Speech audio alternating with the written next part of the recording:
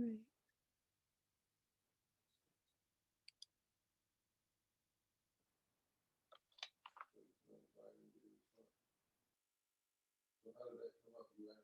Yeah.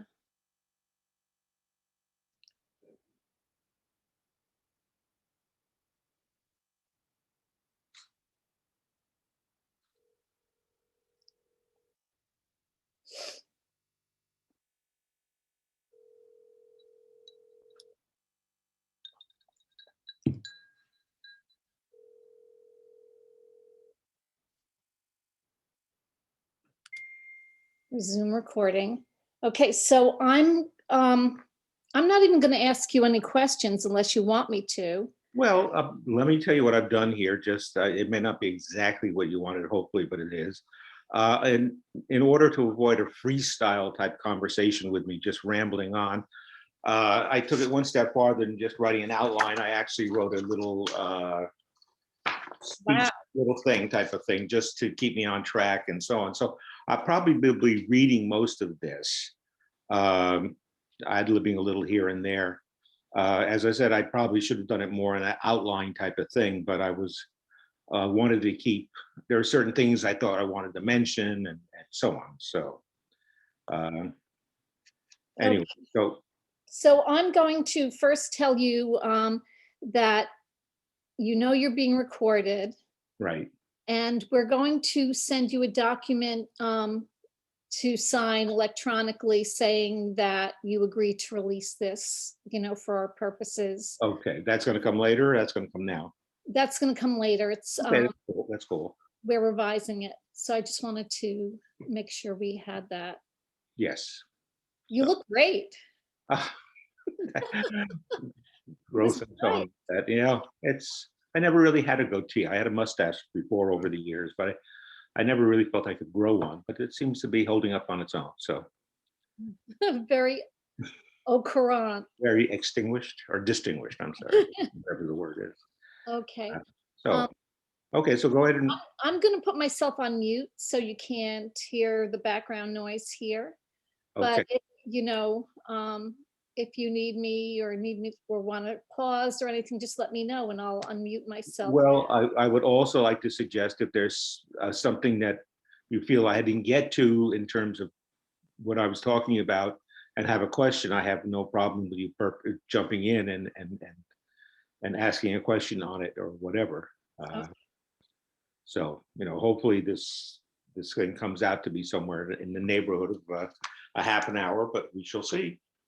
okay, I've got time. Okay. Okay, let me mute myself. And this is John McAvoy. Well, hello. My name is Sean McAvoy. I've been a Piermont business and resident for the last 45 years. A bit of a disclaimer: I sat down and wrote a bunch of notes, and I have them here to refer myself to, and also it's almost at reading at times. I'm going to be reading it, so just to I made sure I covered most of the things that I felt were relevant. In particular, one of the reasons how I came to Piermont. I am a Rockland County resident, born and raised. My first home was a place called Shanks Village, which some of you might know about, some of you might not. Particularly historical people, you should know. I'm going to show you a little picture of this book put out by the Rockland County Historical Society, Camp Shanks and Shanks Village. Um, it was converted after the World War II into student housing for married students and couples. What they did was they took these long 150-foot barracks and cut them into thirds and made apartments out of them. And that was my first home. Uh, that place was located almost where exit 6 is on the PIP, somewhere in that area. They obviously tore it down. My parents, being residents of Camp Shanks, they got to know a lot of people, a lot of friends. People used to commute by bus to Columbia University and so on. They got together with 32 other families and started a cooperative community in Tappan called Hickory Hill. It was kind of a unique community where say we wanted to have a baseball game, you'd call the first house in the block and declare it, this is a chain phone call, and the person was required to call the next house with your message, almost like we used to do in kindergarten, I guess. Hopefully the message got through properly. For instance, say there's going to be a ball game at 3 o'clock or 4 o'clock down on the field. Let's everyone meet there. And sure enough, at a certain point, people would all meet there, and so on. So it was a unique time, a cooperative time, something that was very unique in growing up, which then takes me to 1961 when I was in Little League, and the season was over. I was not selected for the All-Star team. I don't know why, but the catcher got sick when they had a game to play, and they called me up. They reactivated my contract with the Little League, and I came out to play in this little village called Piermont. We were playing against their All-Star team. And it was at a home game for Piermont, so we showed up at the field. And at that time, the field was right next to the dump. And there were certain odors coming from there and so on. And it was certainly a different ball field than we were used to in Tappan. Let's see. I wasn't really aware of what Piermont was about, but it was an interesting game. I don't remember if we won or lost. I do know that being the catcher, I was the closest person to the bleachers and the fan base, and most of the people were there from Piermont to see the game. They were very supportive of their team. And I heard things said to me that I had never heard said before at a baseball game, things about my mother, about where I grew up and so on like that. Most were all not true. They weren't about my mother, but they said it. And I said, you know, hey, if we did that in Tappan, we would have been benched and been in trouble and everything else. And it wasn't just the kids, it was the parents too. I mean, this Piermont, my first introduction was this rough and tumble factory mill town with a dirty baseball field, but a bunch of loyal fans that showed up to support the team. Then my family, we moved out of the area for a year out to Ohio. Things didn't work out too well there. So we ended up coming back and lived in Nyack and Upper Nyack, Valley Cottage, South Nyack for a while, then moved back to Tappan. And at Tappan Z High School, I got to know a lot of the Piermont kids. And for some reason, they were called river rats. And you never knew what they're going to say or what kind of trouble you're going to get in with them. So I used to take the bus from Tappan to Nyack, never stopping in Piermont because, again, it was a pretty rough and tumble town. Then in 1969, I went to college. It was strange how I got there. It was at the height of the Vietnam War, and I was trying to stay out of the war. And but I was having a trouble getting into a four-year college in New York. And this is pre-days of the computer. We used to have these big fat college books. You'd open up and look at your colleges and send an application off and the requirements and so on. Well, I was applying to New York State colleges out of economic necessity and so on. And one day, just before I got to New York, I got to New Mexico. I read the requirements and the fees and money and everything else. It sounded perfect, and I sent an application off. They accepted me sight unseen, and off I went.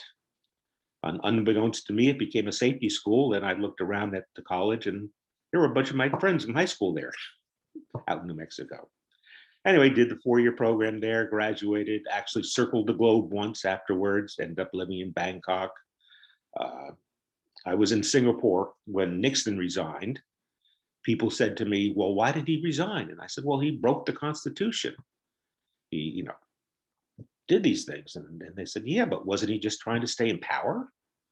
And it sort of, it made me realize really what America really was about. And well, I think the saying used to be, it's a terrible democracy, but it's the best one that the world has. So let's stay with it. And so I really learned a whole lot about that. I came back, and in 1976, my older sister Diane was involved with a group up in Nyack called Women's Way, and she wanted to do a coffee house. And she did all this research and came back to the board of Women's Way, and they ended up saying, not yet. I don't think we have the energy or time to do it. Well, my sister is someone you can't say no to. And so she came to me, which I wasn't doing a whole lot. I think I was working at the Fat Cat in Tappan, right on the corner there across from the library. And she told me this idea that she wanted to do a little coffee house and have music and poetry reading and chess games and so on. And she said she had done all this research and she had found a really cheap place. And she told me down in Piermont. And I was like, oh, I don't think so. But talked me into going to look at it. And sure enough, we walked down, drove over to Piermont. And there was this old building at 506 Piermont Avenue, which for you that are around now, it did used to house Xavier's and still houses the wine bar, the Freelance. It was in that building. And on one side was Dave's Bar. And on the other side was a empty spot with all sorts of junk and a pizza oven and just crazy things. And it was the only thing we could afford. So we went ahead and took it, even with all my forbiddings about Piermont and what it was about at the time. Again, it was a factory mill town.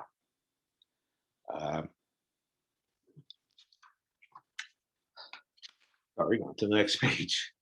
So we ended up renting it and did a lot of work. It was right there on Piermont Avenue. What I'm about to say might sound a little bit politically incorrect, but just to give you an idea what Piermont was like. Everybody had a nickname on Main Street, whether it was Shoo Shoo Harry or Coal Can, or in our case, our landlord was Dave the Jew. Totally incorrect, but that's what he was called. And he ran Dave's Bar, and all the factory workers at the end of their shifts would come in and have a drink or whatever. And the shifts sometimes ended at 8 o'clock in the morning. And that's when Dave opened at 8 o'clock. And he wasn't the only bar in town. There were 4 or 5 other bars right on the street there. There was Mom Raggia's, and there was the Cracker Box down the street. And then there was the Piermont Pub, and of course, Dave's. And all the people used to come in after work and hang out and so on. Dave's, there was a card table, a bar, and a pool table. And, money passed over all of them. They laughed at us for thinking that we could make something in Piermont because it was, again, a rough and tumble Piermont factory town. What was interesting, they accepted us. They would come over. We were spackling. The guys that knew how to spackle would say, oh, you're doing that wrong, and take a hold of the spackle and go ahead and do it. Or when we were hanging the sheetrock, they would help hang the sheetrock. Leroy Lynch would go ahead and loan me his dump truck to go ahead and take things off the dump. I mean, literally, he let me have, oh, John, you want a dump truck? Go and take it. Didn't say, can you drive it or anything like that? You just take it, It was a community, and it was sort of like something that we had felt before growing up. And in fact, Dave had said to us, John, don't pay me any rent until you open. He was just happy getting the place fixed up and looking nice and all the junk cleared out and so on. So literally, until the day we opened, we did not have to pay any rent, which was a great help to us. Piermont Avenue, where we always called Main Street. There was quite a community. Whenever the fire whistle went off, you would see open all the doors on Main Street there, and from the factory and from the bars or whatever else, the doors would all open and people would run down the street to the fire department to answer the call, whether it was a fire, a medical emergency, or a water rescue. Things came to a stop and everything headed down to the firehouse. The factory, which is gone now, but it was a pretty amazing structure. You can still see parts of it in the movie Purple Rose of Cairo, which we'll talk about later. The factory had all sorts of things going on in it. They collected paper, they recycled it, and every 15 years or so, it seemed like there would be a fire there. And again, everyone would show up. Piermont still, in times that we were opened up, was a rough and tumble town. Down where the turning point that is now, 468, was a place called the Piermont Pub. And there was 4 different groups that used to hang out there. The townies, meaning local kids that lived in town. There were the brothers, the bikers, and then the kids from New Jersey. The kids from New Jersey would come up because the drinking age was still 18 in New York, and in New Jersey it was 21. And you get an older crowd coming up because the bars closed at 2 o'clock in New Jersey, and it didn't close till 4 o'clock in New York. So Piermont Pub and a lot of the bars, being on the border town as we are, all the people used to come up. And between those 4 groups at the Piermont Pub, there would always be a potential for some sort of fight going on. And Piermont at the time only had 1 policeman on duty at a time, and that was it. And when he would get the call that there was a fight going on at the Piermont Pub, he would call Orangetown for backup. But they wouldn't show up. They'd pull around behind Kurt's gas station. I call it Kurt's Otto's, call it Otto's gas station. They'd pull behind there and wait. And Piermont would go in to try to see what was going on with his radio finger, ready to go in and call for help. And most of the time he did have to call for help. And again, Piermont was a rough and tumble town.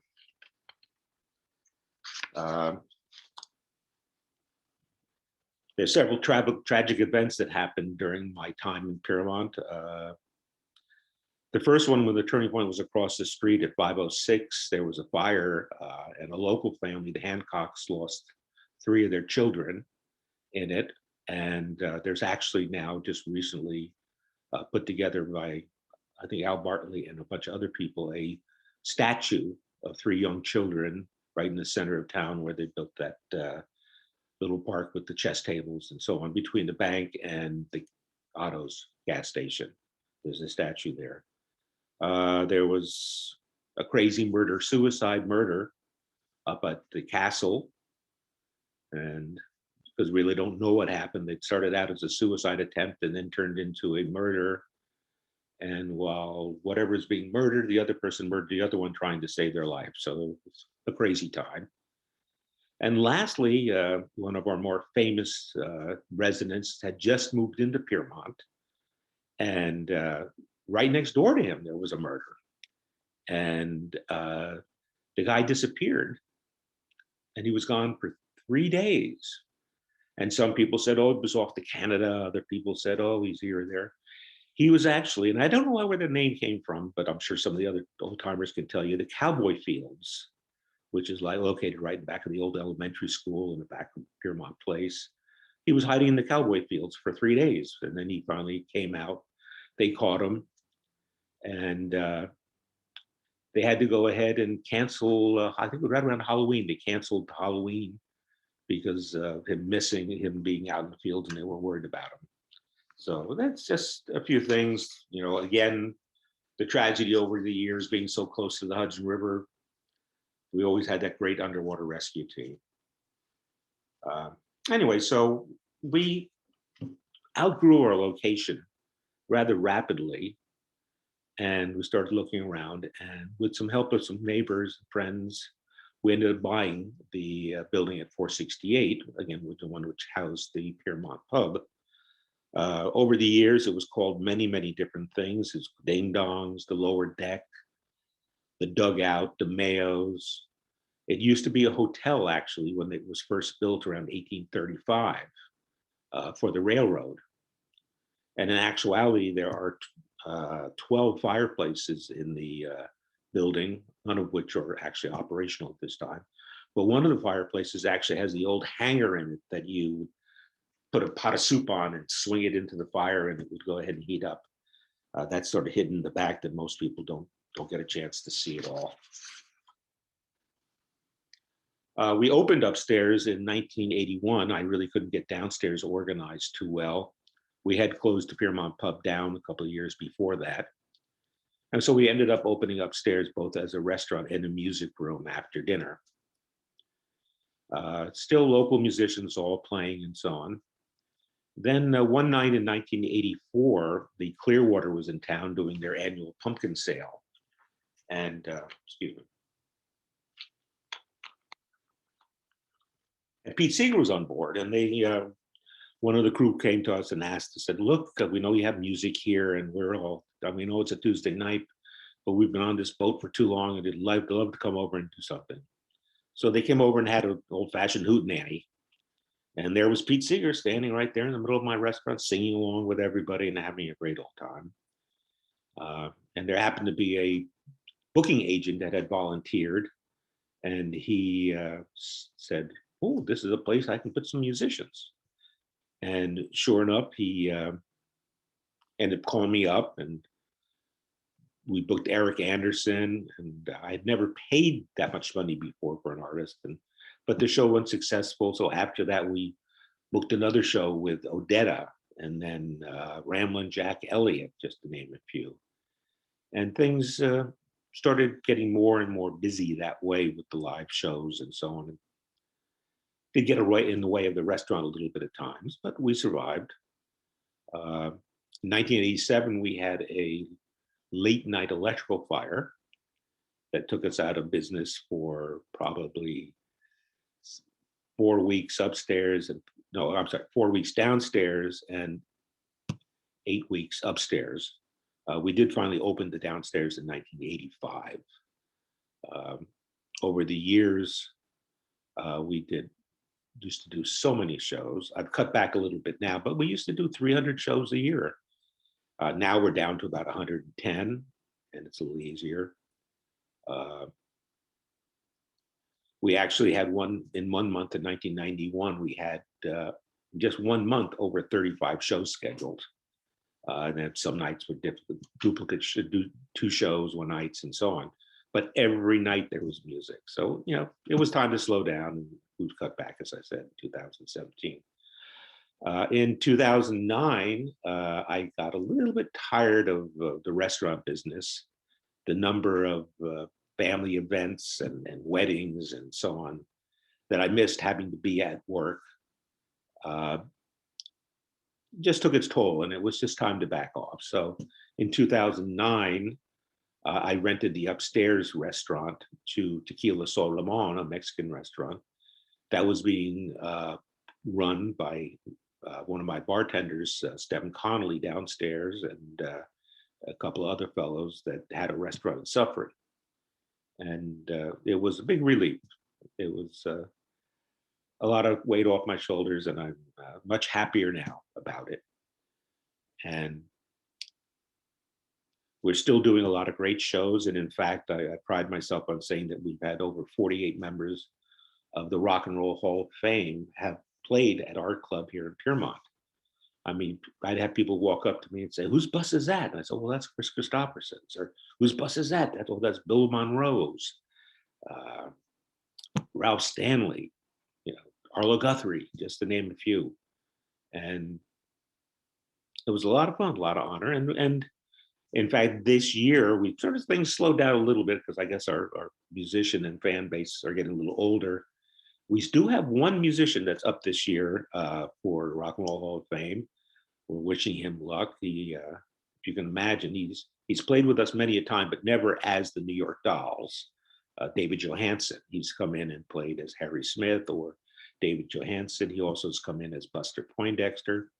He's got the chameleon. He's done so many different things. But again, he's up for enter into the Rock and Roll Hall of Fame with the New York Dolls.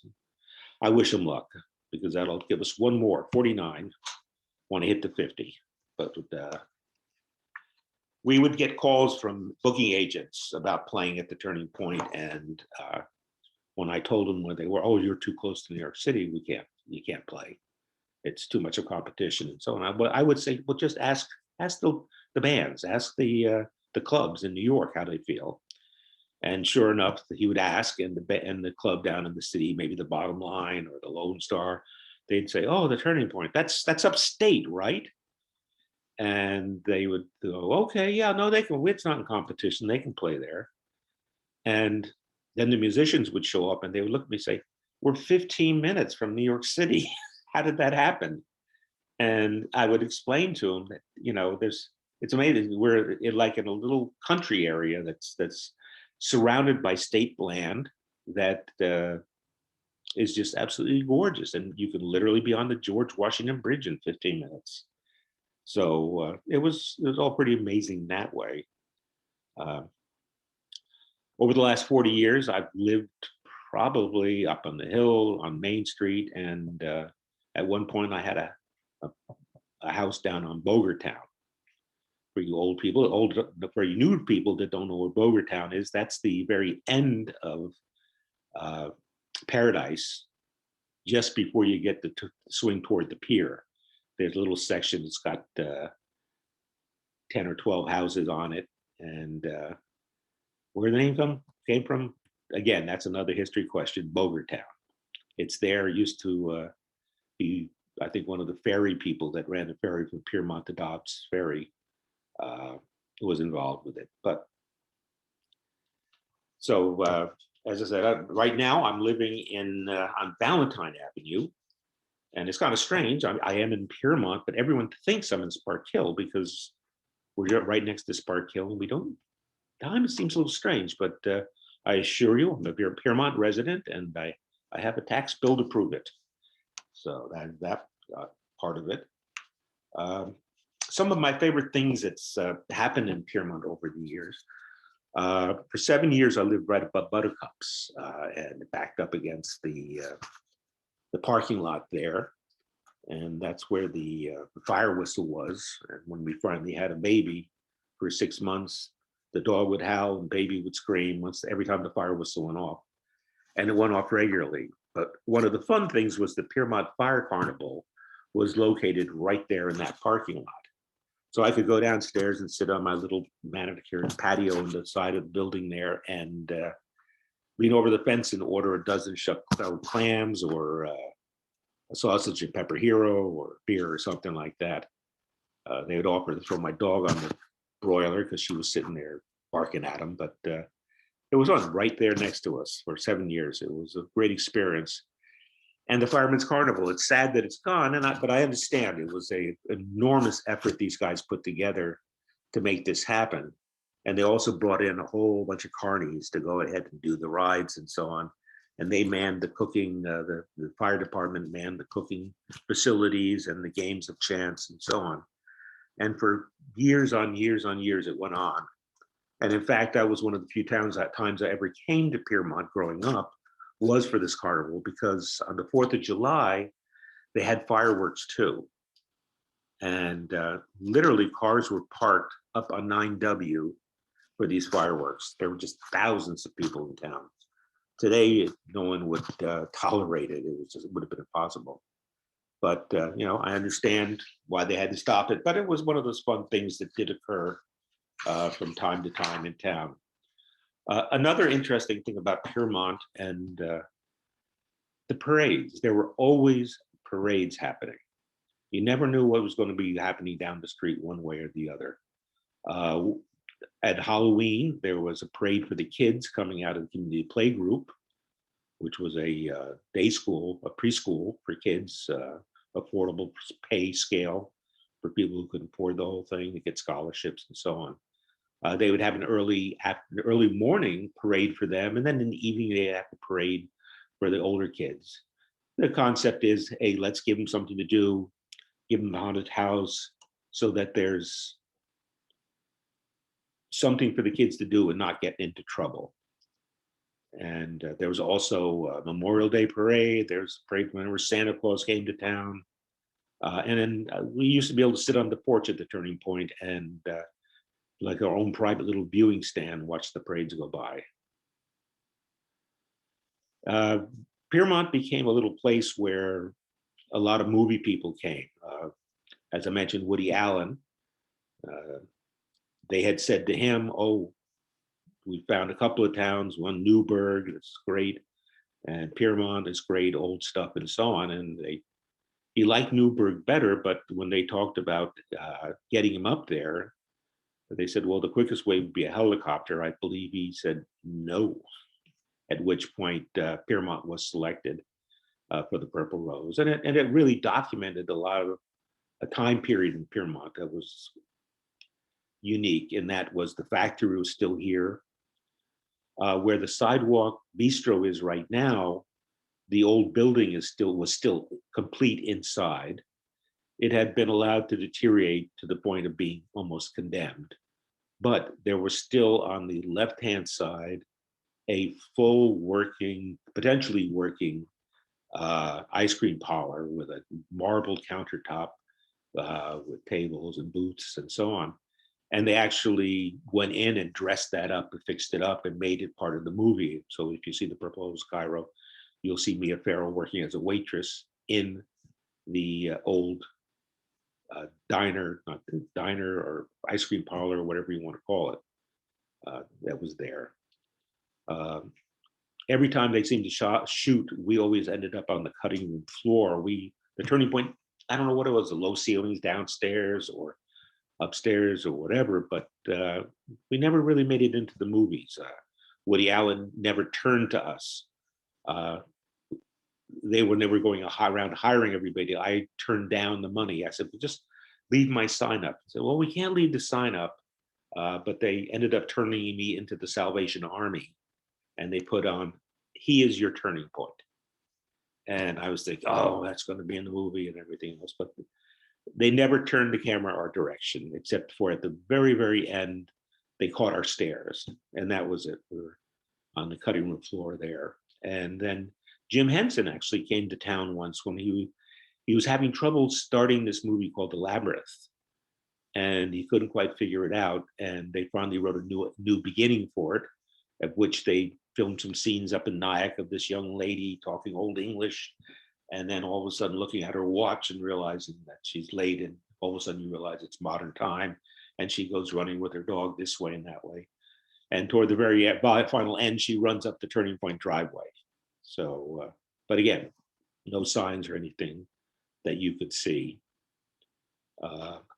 In 77, when we were down at the old place at 506, we got a call from Barbara Walters' people. They were doing an interview with Baryshnikov, who was a neighbor down the street in Steen's Landing. And they had just done a movie, him and Anne Bancroft, called The Turning Point. And they wanted to know, well, did you name the movie after him? And at which point I had to say, no, I'm sorry. If I did, I guess they might have actually done part of the interview there, but I wasn't going to lie. We actually got the name from a album done by a English blues artist by the name of John Mayall, who actually has appeared at the Turning Point many times. So that was fun. One of the things I always have to give is give directions to Piermont, because Piermont, people didn't know how to get here. And so I'd come down 9W, then turn left on Ash, go down this steep hill, come to the stop sign, you take a 180-degree turn to the right, then you come down the hill again. At the bottom of the hill, you turn right. And we're the second tree on the right. And people would ask, oh, because if you're at the turning there, is that the turning point or whatever? And no. But I also used to advertise it as a town that time forgot. Because literally, when you made that turn onto Ash, at the top of Ash, coming down the hill, you literally, with the factory still there and Kurt's Auto's gas station going on, and you turn onto Main Street, Piermont Avenue, it hadn't changed. There were still a lot of old buildings, still a lot of that feeling that was there. And people literally felt they discovered something. It was, it's just amazing. It's a little different now with the landing being out there and so on like that, looking a little more modern, but we still have a good selection of old things running around. What do I miss in Piermont, and what is gone? I miss the look of old Piermont, the factory, the dirt, the people of Piermont, the old marble counter I mentioned at the sidewalk. As you navigated down Ash Street, you made that turn. When I first came to town, there were actually 5 pool tables in town, and now there are none. Again, the idea of a pool table, River City, and there's trouble right here in River City, stands with pool. Well, we had 5 pool tables in town. The first 4 were very obvious ones. They were the Cracker Box, Mom Maraglia's, the Piermont Pub, and Dave's Bar. But the 5th one was hidden away up on 9W in a little place called The Comeback. Now, it sounds like a cute name until you realize it was a gay bar. And, but it was a great pool table, and people used to, when we got off of work at the Turning Point, we'd pile in the car, and if it felt like a game of pool, we'd go up to the Comeback and put a quarter down on the machine and play a game of pool. And all were welcomed. It was, again, a welcoming life in Piermont. The Comeback actually became a restaurant after that, Toro Loco, I guess, and now it's the convenience store up on 9W there. But it was a unique thing. As I mentioned before, everyone seemed to have nicknames and so on when we first came to town. One of the most famous non-people in Piermont was a dog named Amos. Amos lived down at John Marchese's garage. He was a trucker who used to take paper out of the factory. Probably on our little main street, there was probably 10 or 12 semis a day going in and out of the factory, blowing diesel smoke and everything else. Well, Amos was his dog, and he lived at his office there.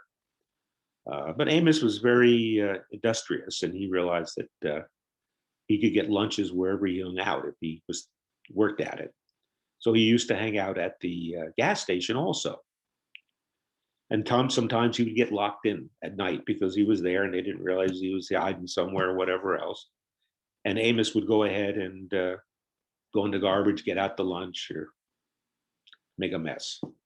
But everyone loved Amos, and they started, they put a bed out for him at the gas station. And now Amos had 2 homes where he could go get lunch and so on, take a nap, maybe sleep out of the cold. But that food service didn't suffice him. So he used to have every morning, very early in the morning, he'd make his rounds. He'd go to each restaurant in town and find their bread bag and take out 1 baguette, just one. He wouldn't take out a whole bunch, but he would take out 1 baguette and go put it in a little safe spot where he would come back later and go to town and get another one. Sally Savage was up early one day and caught this happening. And she made this photo, which I wanted to share with you, of Amos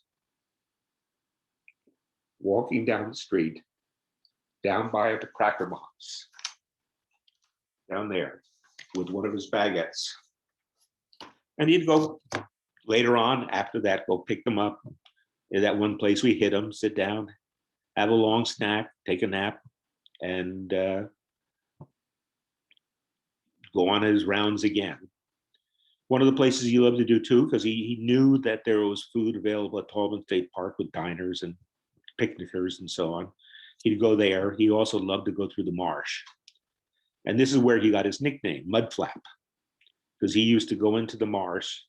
And if anyone's had a dog going to that marsh, it is muddy and it sticks. And he was a long-haired dog, and he'd come out just covered in mud. And some people would say, "Oh, he looks like a mudflap," and he'd do that all the time. And that's where he got his name, Mudflap.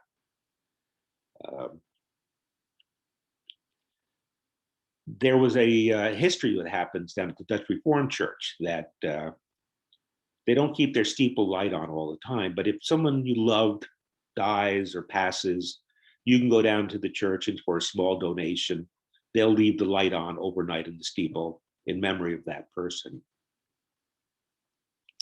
Now, Reverend John has not told me who did it, but the day that Amos died,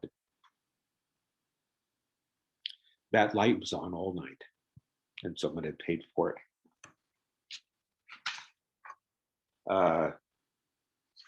So it was one of the characters in town, Mudflaps.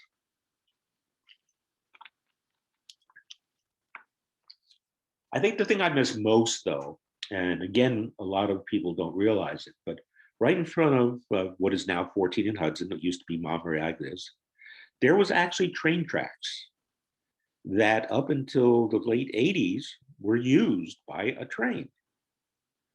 And it would come down from Spark Hill or Orangeburg, backing down. And there was a leg that, people know about the train path going up by the by the train station. But it also went down parallel to South Main Street, literally so close to the houses that are there that I was told by one girl that her mother used to hand the engineer cups of coffee as he went by out of her kitchen window. And they'd be backing this train down and it'd come into the center of Piermont. And this is where I like to call it the train dance began, because it took about half an hour, 45 minutes to do it. And there was no train crossings there. There was no, gates or flagmen or anything like that. They would just back down. And as soon as they went across Piermont Avenue, it would split into two legs, one leg going to the left, down behind the community market and Otto's, and the other leg going to the right, heading out toward the river. The train would pull in and head off to the right leg and drop off the caboose. Then it would pull back out, crossing Main Street, tying up traffic and so on, and then back up again and go down the left leg. And once it got down to the end of the left leg, it picked up two full cars full of paper products and so on that had been completed. And it would pull back out, crossing Main Street, tying up traffic and spewing smoke and so on every time the engine revved up to start up again. And then it would go back down the right leg and drop off to two full cars with the caboose. Then it would pull back out, go down the left leg again and drop off the two empty cars they had brought in. Pull back out. Now it was just the engine pulling across Piermont Avenue, spewing smoke, people stopping. All this happening at 2 miles an hour, maybe 1 mile an hour, very slow. It would pull back down the right leg, pick up the two full cars, the caboose, and leave town. And the whole process might take half an hour, might take 40 minutes. You never know. And this happened more than once a week. And again, with the diesel engine, with all the trucks that came through town at the time, it was hard to keep a white porch white, all the soot and so on. But it was still fun watching all that happen. And a number of years, they actually took out the crossing there. I think there's still one piece of track that they still have sitting over there that people can see. Let's see, where am I here? Okay, and one would go through that. And so the train was an important part of Piermont at that time. We've had all sorts of political intrigues happen. We've had, I can remember one time our judge got arrested in Orangetown. He had an office over on 303, and he came out and saw a bunch of wild turkeys on 303. And out of concern for their safety, not getting run over, he pulled out his pistol and started firing in the air to scare the turkeys off the road. It didn't help that there was a guy, Verizon guy, in the telephone pole a couple of blocks down. He got a little worried and called the police. And the judge got arrested, but I think he got released on his own, whatever. There was also a time where the police department raided the fire department for gambling machines, little slot machines or something, or whatever they were doing. There's always some sort of back and forth going on with politics and whatever. You didn't necessarily have to be a Democrat to get on the board, but you had to be supported by Democrats to get on the board, because Piermont had always been a blue collar Democratic town. And, politically, it's always been that way, though it's a little more democratic nowadays about who gets elected and so on. We've had conservative mayors, we've had all sorts of different people, and the village has held its own. People every once in a while come up with the plan about let's get rid of the police department. We don't need them here. I've always felt we had to have them. It was important to be able to know who was walking the streets of Piermont, who was there, and so on. If Orangetown took over, I don't think we'd ever see a policeman down here except driving through in his car. Down here, you can get to know the police and they know you. And it's, again, a community. Right now, we are going through this whole COVID-19 lifestyle. It started back in beginning of 2020. We closed the Turning Point on March 10th, and we've been closed ever since, today being February 21, I guess. Forgive me if I got that wrong. But I've been closed as a music hall since then, and I probably won't get opened again for another 6 months at least. I've been telling people probably late summer, early fall. And I don't mind because we're taking care of our neighbors. We're making sure people aren't getting sick, aren't broadcasting the flu around.